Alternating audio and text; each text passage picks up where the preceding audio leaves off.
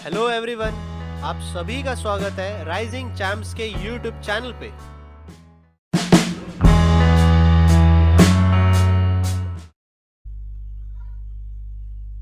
Start करते हैं time and work. उसके पहले अगर आपको लेक्चर से रिलेटेड कोई भी डाउट हो तो नीचे दिए गए नंबर पे हम लोग का ग्रुप है व्हाट्सएप का, आप उसे ज्वाइन कर सकते हैं। और maths as well as reasoning के क्वेश्चन के जितने भी डाउट है वो सारे के सारे क्वेश्चनों के डाउट आपके सॉल्व कर दिए जाएंगे। कोई भी एग्जाम आता है उसके बारे में इंफॉर्मेशन जो है वो आपको उस ग्रुप पे जो है दी जाती है। जो भी रिलेटेड आपके एग्जाम के रिलेटेड डाउट है या कुछ भी डाउट है आप उस ग्रुप पे मुझे पूछ सकते हैं, ठीक है। तो आज का टॉपिक जो है हम लोग स्टार्ट करते हैं। आज का टॉपिक स्टार्ट करते हैं टाइम एंड वर्क का टाइप नंबर 2, जो कि पूरा का पूरा कॉन्सेप्ट जो है वो होने वाला है वेजेस के ऊपर। वेजेस यानी कि क्या, कि किसी काम को करने के बाद आपको कुछ पैसे दिए जाते हैं, बराबर है। अगर आपने किसी काम को किया है तो फ्री में तो नहीं करोगे कभी आप काम, ठीक है। तो आप कुछ ना कुछ पैसे लोगे। तो अगर आप अकेले काम कर रहे हो तो पूरा पैसा ले लोगे, बट अगर आपके साथ में कुछ बंदे काम कर रहे हैं तो डिपेंड करता है ना कि करके आप लोग किस हिसाब से वो पार्टीशन ऑफ जो मनी है वो करने वाले हो, यानी कि कितना पैसा वो रखेगा कितना पैसा आप रखोगे, वो डिपेंड करता है, ठीक है। तो वेजेस किसके ऊपर डिपेंड करती है, पहली बात तो ये समझने की हम लोग कोशिश करते हैं कि मान लो कि ए ने किसी काम को किया है 10 दिन में, बी ने किसी काम को किया है 20 दिन में। तो आप बोलोगे सर इनका जो वर्क है वो आ जाएगा 30, सर ये आ जाएगा 30 नहीं 20 आ जाएगा, सर ये आ जाएगा 2 और ये आ जाएगा 1 उनकी एफिशिएंसी। अब आप बोलोगे कि सर अगर मुझे 3,000 रुपए दोनों में बांटने, कितने बांटने, ए को और बी को मिला के टोटल 3,000 रुपीज जो है मुझे उनको देने, तो ए को कितना देना चाहिए और बी को कितना देना चाहिए। तो देखो ये तो डिपेंड करता है ना कि उन्होंने काम कितना किया, ये डिपेंड इसके ऊपर नहीं करता कि करके आपकी एफिशिएंसी कितनी है, कि ए की एफिशिएंसी 2 है बी की एफिशिएंसी 1 है। तो अभी क्वेश्चन में क्या दिया जाएगा कि ए और बी ने मिलकर किसी काम को साथ में शुरू किया और मिलकर अगर काम किसी शुरू करेंगे तो देखो काम जो है, या फिर मैं सिंपल बोलूं पैसा जो है डिवाइड किसके ऊपर होता है, पैसा जो है डिवाइड होता है वर्क के ऊपर, ठीक है, वर्क के ऊपर डिवाइड होता है। बट अगर मैं बोल रहा हूँ कि ए और बी ने इस काम को मिलके शुरू किया है और खत्म भी देखो साथ में ही करेंगे, अगर शुरू साथ में किया तो काम खत्म हो गया तो दोनों स्टॉप हो जाएंगे, ठीक है। तो उस केस में क्या होगा कि मान लो ए ने एक दिन काम किया बी ने एक ही दिन काम किया, ठीक है, जस्ट मैं एग्जांपल ले रहा हूँ। मान लो ए ने एक दिन काम किया बी ने एक ही दिन काम किया, तो ए एक दिन में करेगा कितना काम, 2 यूनिट का काम कर लेगा क्योंकि उसकी एफिशिएंसी 2 की है। और बी एक दिन में कितना काम कर लेगा, एक दिन 1 यूनिट का काम क्योंकि उसकी एफिशिएंसी 1 की है। तो काम जो है, जो पैसा जो है वो 2:1 के रेशियो में बढ़ जाएगा, चलो ठीक है। बट मैं क्या बोल रहा हूँ, कंफ्यूजन कभी कभी हो जाती है कि लोग क्या समझते हैं कि एफिशिएंसी के ऊपर आपका वर्क जो है, एफिशिएंसी के ऊपर जो है आपके वेजेस जो है डिवाइड होते हैं। मतलब सर ये 2:1 का एफिशिएंसी था इसीलिए आपने 2:1 के रेशियो में जो है इस पैसे को हम लोग डिस्ट्रीब्यूट करेंगे, नहीं ऐसा नहीं रहता। मान लो मैंने कहा होता कि ए ने उस प्रोसेस में 3 दिन काम किया और बी ने उस प्रोसेस में 4 दिन काम किया, ठीक है। ए ने कितने दिन काम किया, 3 दिन काम किया, और बी ने कितने दिन काम किया, 4 दिन काम किया। अभी ए 3 दिन में कितना काम कर लेगा, क्योंकि उसकी एक दिन की एफिशिएंसी जो है वो 2 है, तो 3 दिन की जो वर्क हो जाएगी वो इनकी 6 हो जाएगी। ए का वर्क कितना हो जाएगा, 6 हो जाएगा। और बी की एफिशिएंसी कितनी है, बी की एफिशिएंसी 1 है एक दिन का, और 4 दिन काम करेगा तो 4 की एफिशिएंसी से काम करेगा। दैट मीन्स अगर मैं रेशियो निकालूं तो 3:2 हो जाएगा, 3:2 हो जाएगा। तो अब ये जो 3,000 रुपीज है, 3,000 जो रुपीज है वो 3:2 के रेशियो में बटेगा। तो इसके क्वेश्चन के ऊपर जाने के पहले मैं आपको ये एक बात क्लियर बता दूं कि वेजेस जो है, पैसा जो है वो हमेशा वर्क के ऊपर डिवाइड होता है कि किसने कितना काम किया है।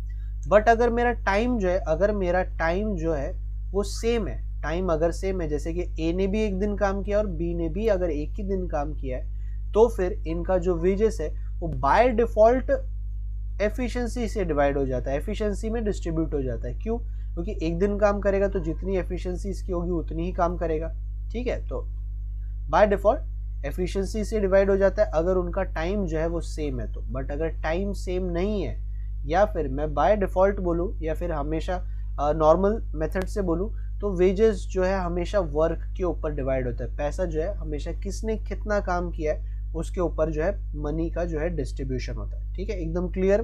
ठीक है, मेरे ख्याल से अगर नहीं समझा तो दोबारा थोड़ा सा समझ लो इस चीज़ को।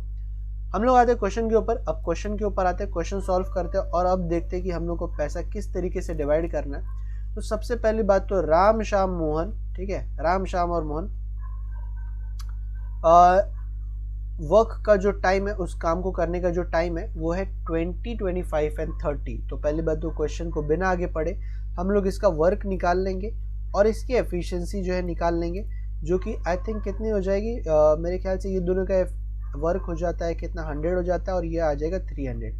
और एफिशिएंसी जो आ जाएगी वो आ जाएगी 15, 12 और 10 जो आ जाएगा, इनका एफिशिएंसी आ जाएगा। सो अगर मैं बोल रहा हूँ कि they finish the work together that work and gain 3700 as wages. तो तीनों ने साथ में काम शुरू किया और साथ में काम खत्म किया और टोटल पैसा उनको 3700 जो है टोटल रुपीज उनको मिल रहा है। ठीक है, बट मुझे पूछा गया है कि सिर्फ मोहन का वेजेस, मोहन को कितना पैसा मिला। तो देखो वही बात है कि तीनों ने शुरू से काम किया और लास्ट तक काम किया है, तो तीनों का टाइम जो है बाय डिफॉल्ट सेम है। तो अगर तीनों का टाइम सेम है तो पैसा जो है वो अब उनकी एफिशिएंसी पे डिस्ट्रीब्यूट होगा, एफिशिएंसी पे डिस्ट्रीब्यूट होगा। अब यहाँ पे आ जाता है इक्वेशन कैसे बनाए हम लोग।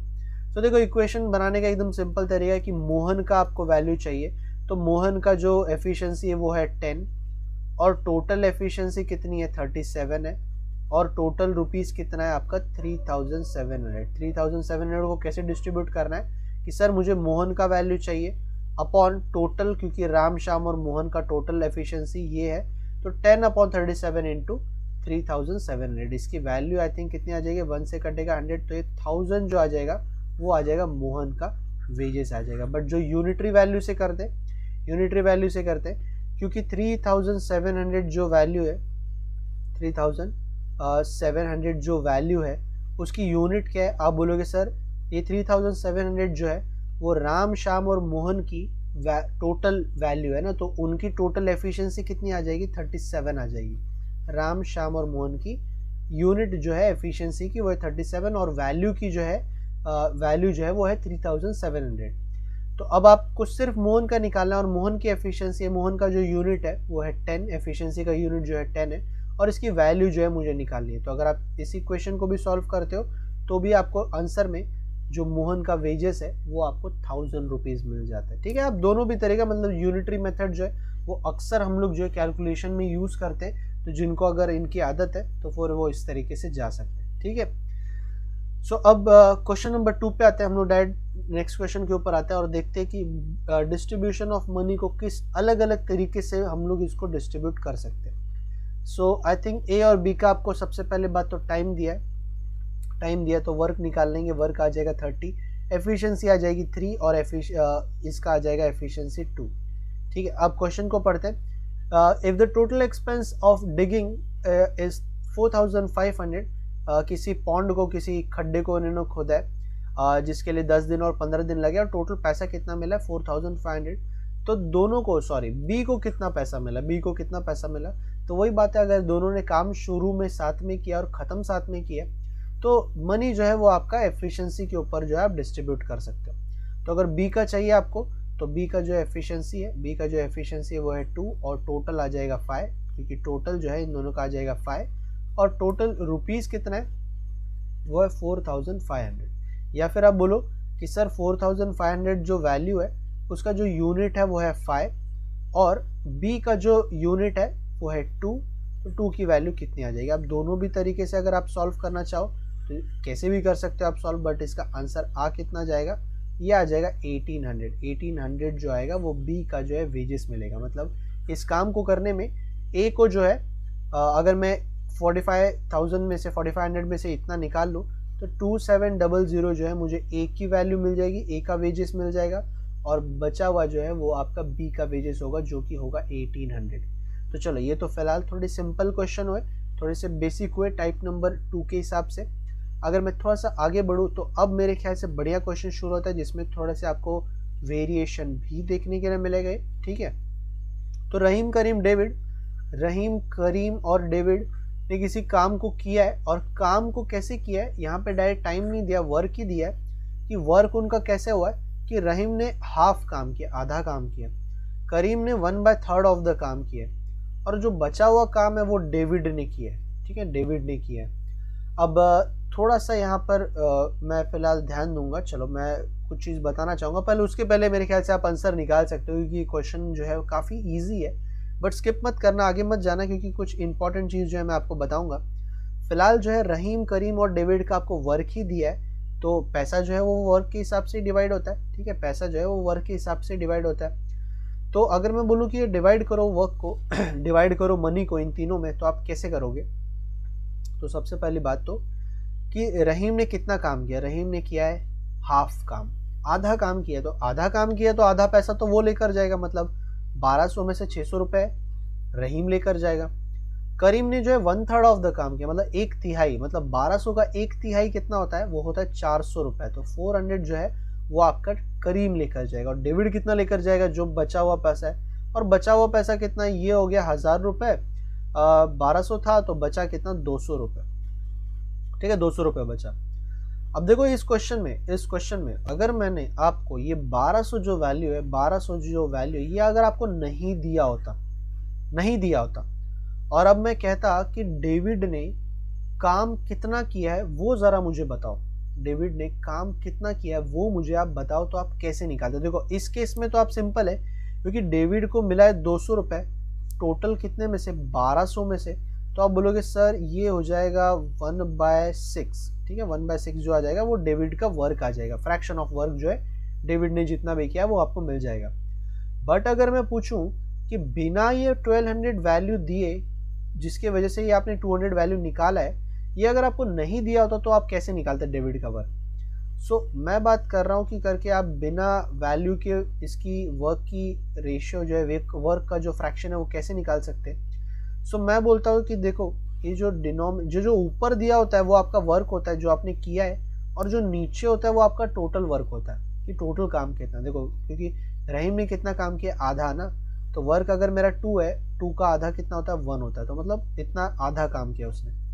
तो अगर टोटल वर्क 2 है और इसमें टोटल वर्क 3 है, तो देखो टोटल वर्क अगर अलग अलग है तो निकालना डिफिकल्ट है, बट अगर टोटल वर्क में सेम कर दूं सबके लिए तो कितना होना चाहिए?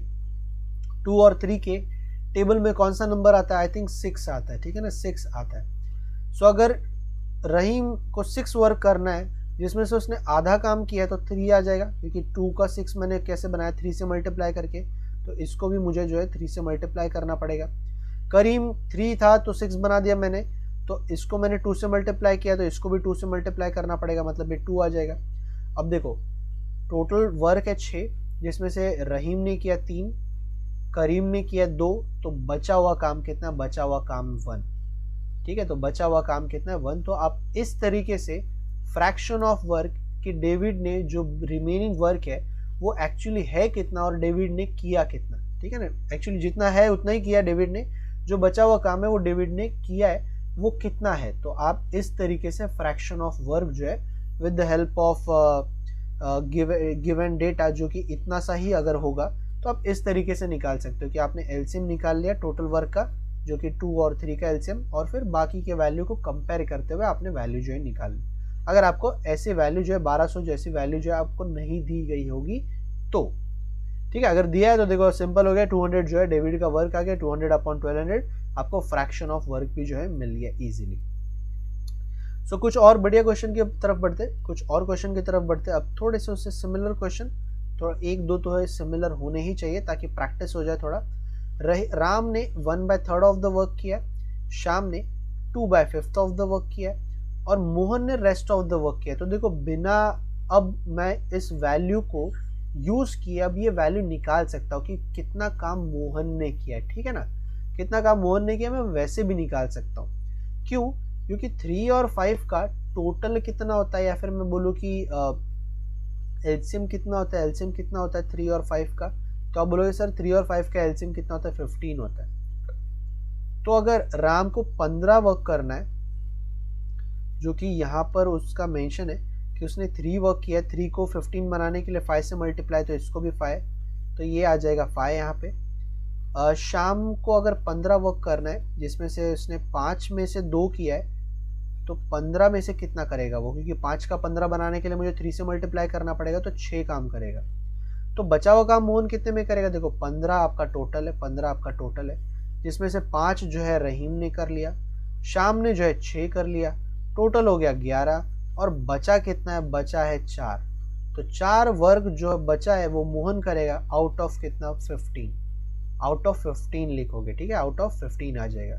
तो अब आपको मोहन का ही वेजेस पूछा है, तो 4/15 मोहन का ही अगर वेजेस पूछा है तो 4 वर्क जो है मोहन ने किया है, टोटल आउट ऑफ 15, और वेजेस है कितना, 1350 जो है टोटल वेजेस है। तो अब आप सिंपल इसका अगर आंसर निकालो तो 15 कितना होता है, 15 9 होता है 135, और ये 0 का 0 लग गया, 9 4 होता है 36, और एक 0 का 0 यहाँ पे, यानी कि 360 रुपीज़ जो है, 360 रुपये जो है मोहन को एज अ वेजेस मिलने वाले हैं, जो उसने बचा हुआ काम उसको करना है। बचा हुआ काम कितना है, 4/15। मैंने यहाँ पे वैल्यू को यूज़ नहीं किया और डायरेक्ट आंसर निकाला। अगर मैं वैल्यू को यूज़ करता, वैल्यू को अगर मैंने यूज़ यहाँ पे किया होता, सो वैल्यू को यूज़ कैसे किया होता मैंने, वही बात है कि राम जो है 1/3 काम कर रहा है तो इसका 1/3 निकाल लो, शाम जो है 2/5 ऑफ द काम कर रहा है तो इसका 2/5 निकाल लो, जो बचा हुआ पैसा है वो मोहन को दे दो, तो वो आपको मोहन का वैल्यू जो है वैसे भी मिल सकता था। ठीक है, चलो आगे बढ़ते, थोड़े से और इससे रिलेटेड जो है क्वेश्चन हम लोग करते हैं, क्योंकि वेजेस जो है काफ़ी इंपॉर्टेंट कॉन्सेप्ट है, क्योंकि पैसे का डिस्ट्रीब्यूशन अक्सर आपको करने के लिए, देखने के लिए मिलता है। ठीक है, so A B and C are employed to do a piece of work for 575 rupees. A and C are supposed to finish the work in A and C are supposed to finish the work in 19/23 of the total of the work together. So B को कितना पैसा मिलेगा। अब देखो ये थोड़ा सा अलग हो गया, क्योंकि अब तीनों का डेटा जो है या इंडिविजुअल डेटा नहीं दिया क्वेश्चन के अंदर। क्वेश्चन के अंदर A और C का आपको टोटल वर्क दिया है। ठीक है, A और C का आपको टोटल वर्क दिया है, बट स्टिल वो बहुत सिंपल है, क्योंकि अगर A और C ने थोड़ा सा, अगर मैं स्लो हो जाऊँ आप थोड़ा सा इसका आंसर निकाल सकते हो। A और C ने अगर 19 यूनिट का काम किया है आउट ऑफ 23, A और C ने मिलकर 19 यूनिट का काम कर दिया है, तो B के लिए बचा कितना, सिर्फ 4 यूनिट बचा है आउट ऑफ 23। B के लिए बचा कितना, 4 यूनिट बचा आउट ऑफ 23। तो बस आपको इसका यूज करके इसका अमाउंट निकाल लेना है कि सर B ने 4 यूनिट का काम किया आउट ऑफ 23, और पैसा है 575, क्योंकि ये टोटल है ना, ये तीनों को मिलने वाला है, A B और C तीनों को मिलेगा। ठीक है, तो ये इतना हो जाएगा। सो इसका वैल्यू कितना आ जाएगा, 23 2 46 होता है, 11 115 बचा, तो 5 आ जाएगा, ये 100 आ जाएगा। सो 100 जो है 575 में से 100 जो रुपीज़ है वो आपके B को मिल जाना चाहिए। और A को कितना मिलेगा वो नहीं बता सकता मैं, क्योंकि A का इंडिविजुअल वर्क यहाँ पे नहीं दिया। C को कितना मिलेगा वो भी नहीं, बट A और C को टुगेदर कितना मिलेगा आई थिंक वो इजीली बता सकता हूँ, क्योंकि 575 में से अगर 100 निकाल दिया तो बचा हुआ जो 475 है वो किसको मिल रहा है, वो A और C को टुगेदर, मतलब साथ में इन दोनों को जो है इतनी अमाउंट जो है वो मिल जानी है। ठीक है, सो ये भी थोड़ा सा वेरिएशन हमने देख लिया। और कोई वेरिएशन है क्या इसमें, तो चलो थोड़ा सा ये भी ज़रा सॉल्व करने की कोशिश करते हैं। ये भी इसमें सॉल्व करते हैं कि A and B and C को टोटल 5290 रुपीज़ मिलने वाला है। ठीक है, A और B ने किसी काम को किया है 19/23, पिछली बार का डेटा जो है ऑलमोस्ट सेम है, और B और C ने मिलकर 8/23 B और C ने मिलकर, तो A को कितना पैसा मिलेगा, तो ये कैसे निकाल सकते हैं हम लोग, A को कितना पैसा मिलेगा ये कैसे निकाल सकते हैं, चलो मुझे बताओ जरा, ट्राई करो थोड़ा सा। सो वही बात है कि करके B और C ने अगर 23 में से सिर्फ 8 यूनिट का काम किया, तो A का यूनिट तो मुझे ऐसे भी पता चल जाता है ना, A का यूनिट मुझे ऐसे भी पता चल जाता है कि A ने यहाँ पे कितना काम किया रहेगा, 15 यूनिट का काम किया रहेगा। B ने कितने यूनिट का काम किया रहेगा, B ने किया रहेगा कितना, अगर 19 में से 15 निकाल दो तो 4 यूनिट का काम, और C ने कितना रहेगा, अगर B ने 4 है तो C भी 4 हो जाएगा। तो आप इंडिविजुअली ऐसे यूनिट का जो एक काम निकाल सकते हो, जिसमें टोटल जो यूनिट है, टोटल कितना, टोटल लिखना मत भूलना, क्योंकि ये सारे के सारे जो है वो यूनिट है। ठीक है 23 है। तो ए का वेजेस निकालना है, तो ए का वेजेस निकालना अब सिंपल होगा कि ए ने किया है 15 यूनिट का काम आउट ऑफ 23 इंटू जितना पैसा इनको टोटल है इतना, ठीक है। तो ये कितना आ जाएगा 46 आ जाएगा, 2 जा 46 और 8 बचा 89 आ गया, ठीक है 46 69 आ गया, सॉरी 69 आ गया, 3 जा आ जाएगा 320, सो 15 0 जा 0, 15 3 जा 45, सॉरी 45 और 15 2 जा 30, सो 34 हो जाएगा। तो 3450 जो है वो ए का जो है यहाँ पर वेज आ जाएगा, ठीक है। कभी कभी कुछ डेटा जो है वो आपको कंफ्यूज करने के लिए भी दिए जाते हैं। मैं सिर्फ ये डेटा का यूज़ करके जो है इजीली मैंने आंसर निकाल लिया, बट कभी कभी आपको चीज़ें थोड़ा डिफरेंट चीज़ें भी पूछी जा सकती है, तो आपको थोड़ा सा उसके लिए रेडी रहना पड़ेगा। मान लो अगर सी का पूछा होता या बी का पूछा होता, तो बी के लिए आपको दोनों के जो डेटा हैं वो आपको यूज़ करने पड़ते, ठीक है। सो एक आखिरी क्वेश्चन और फिर हम लोग ये जो टाइप है ये हम लोग का फिनिश हो जाएगा उस टाइम ये क्वेश्चन सॉल्व करते ही। सो एक आखिरी क्वेश्चन में क्या दिया है कि A can do a piece of work in 10 days, B alone can do a piece of work in 15 days, they work together. अब ये थोड़ा सा अच्छा क्वेश्चन है, काफी एडवांस क्वेश्चन है। They work together for 5 days and rest of the work done by C in 2 days। अब ये थोड़ा सा डिफिकल्ट है, थोड़ा सा बढ़िया क्वेश्चन है, तो थोड़ा सा मैं स्पेस बनाने के लिए इनको छोटा छोटा लिख देता हूँ। A B 10 15 work is 30, efficiency is 3 and 2, efficiency is 3 and 2 आपको यहाँ पे मिल जाएगा, ठीक है। सो मैं देखो क्या बोल रहा हूँ कि अगर they work together for 5 days and rest of the work done by C in 2 days, चलो ठीक है। ए वर्क फॉर, तो अगर 5 दिन तक ए और बी ने काम किया मिलकर, ए और बी ने कितने दिन तक काम किया, 5 दिन तक काम किया, तो वर्क कितना हो जाएगा, वर्क जो है कितना हो जाएगा। सो वर्क डिपेंड करता है, वर्क जो है वो डिपेंड करता है कि आपने टाइम कितना लिया है और एफिशिएंसी से कितना काम किया। तो टाइम कितना लिया, 5 दिन लिया है, और एफिशिएंसी क्या हो गई 5 हो गई, क्योंकि यहाँ पर 5 3 और 2 है, ठीक है 3 और 2 जो है वो ए और बी की एफिशिएंसी है। तो 25 यूनिट का जो काम है वो ए और बी ने मिलकर 5 दिन में कर दिया। ए और बी ने मिलकर कितने दिन में किया, 5 दिन में किया। और जो बचा हुआ काम है, जो 5 यूनिट का बचा हुआ काम है, रिमेनिंग वर्क जो है, रिमेनिंग जो है 5 यूनिट का, वो किया सी ने 2 दिन में। सी ने कितने दिन में किया, 5 यूनिट का काम कितने दिन में किया है, 2 दिन में किया है। तो क्या मुझे इससे सी की एफिशिएंसी नहीं पता चल गई, क्या मुझे इससे सी का एफिशिएंसी नहीं पता चल गया कि वर्क जो है अगर मेरा 5 है और 2 जो है मेरी जो है ये टाइम है, तो मुझे इससे एफिशिएंसी पता चल जाती है सी की। और सी ने वैसे एक्चुअली काम कितना किया, सी ने वर्क जो है किया है, एक्चुअली सी का मुझे वर्क ही निकालना है, यहाँ पे वर्क निकालना है ऑफ सी, तो ये आ जाएगा 5 यूनिट वर्क हो जाएगा। और अब जो वेज है जो 450 रुपये, अब मुझे इन तीनों में डिवाइड करना है। तो देखो मैंने शुरू में क्या बताया था आपको कि आपका जो वेजेस है वो डिपेंड करता है कि किसने कितना काम किया। तो पहली बात तो जरा लिस्ट देख लेते हैं कि किसने कितना काम किया। तो देखो सी ने सीधे सीधे 5 यूनिट का काम किया, सीधा सीधा 5 यूनिट, क्योंकि बचा हुआ काम ही उतना था, 2 दिन में उसने किया। जितने भी दिन में करे मैटर नहीं करता, किया तो 5 यूनिट का काम है, ठीक है। ए ने कितना काम किया, देखो ए ने 5 दिन काम किया विद द एफिशिएंसी ऑफ 3, तो 15 यूनिट का काम ए ने किया रहेगा इस 25 में से। और बी ने काम किया 5 दिन विद द एफिशिएंसी ऑफ 2, तो बी ने भी 10 यूनिट का काम किया, बी ने भी कितना 10 यूनिट का काम किया। तो अब ये जो 450 रुपये वो इस रेशियो में, और की एक्चुअली रेशियो जो है वो आपका इतना हो जाएगा, रेशियो जो है वो इतना हो जाएगा कि इस रेशियो में जो है अब ये 450 रुपये 450 रुपीज़ जो है वो डिस्ट्रीब्यूट होने वाला है। अगर आप थोड़ा सा अंदाज़ा लगाने में या थोड़ा सा वैल्यूज़ जो है देखने में स्मार्ट हो, तो अब आप इसके जो है आंसर्स आप दे सकते हो। ये हो जाएगा आई थिंक 225, क्योंकि ये टोटल 6 है, 6 का हाफ जो है 3 होता है, तो इसका हाफ मैंने कर दिया 225।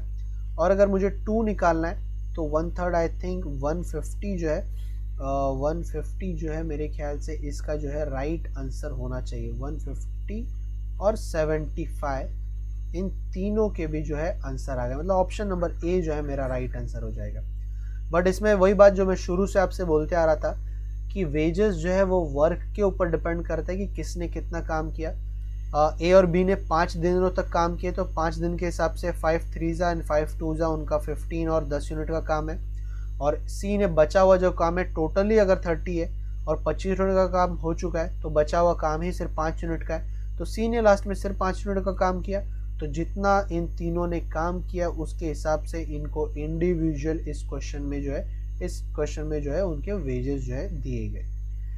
ठीक है, तो टाइप नंबर 2 में हम लोगों ने क्या देखा कि वेजेस किस तरीके से डिस्ट्रीब्यूट होते, किस चीज़ के ऊपर डिपेंड होते और किस टाइप के वेरिएशंस आपको अक्सर जो है देखने के लिए मिल जाते हैं। तो ज़रूर प्रैक्टिस करें, कोई भी डाउट हो तो ज़रूर ग्रुप पे जो है मैसेज आप छोड़ सकते हैं। ठीक है, वो आप नंबर पे मैसेज करिए, आपको ग्रुप पे ज्वाइन कर दिया जाएगा और फिर वहाँ पर जितने भी डाउट है आप उसका स्क्रीनशॉट निकाल के जो डायरेक्टली कॉन्टैक्ट करके आप चीज़ें पूछ सकते हैं। ठीक है, सो आज के लिए मेरे ख्याल से टाइप नंबर 2 जो है वो यहाँ पे जो है स्टॉप होता है, खत्म होता है। सो आज के लिए इतना ही। अगर आपको हमारा ये वीडियो पसंद आया है तो प्लीज़ हमारे चैनल को ज़्यादा से ज़्यादा शेयर करिए, लाइक करिए एंड मोस्ट इम्पॉर्टेंट सब्सक्राइब करना ना भूलिए। तो मिलते हैं अगले वीडियो में, तब तक के लिए take care and good bye.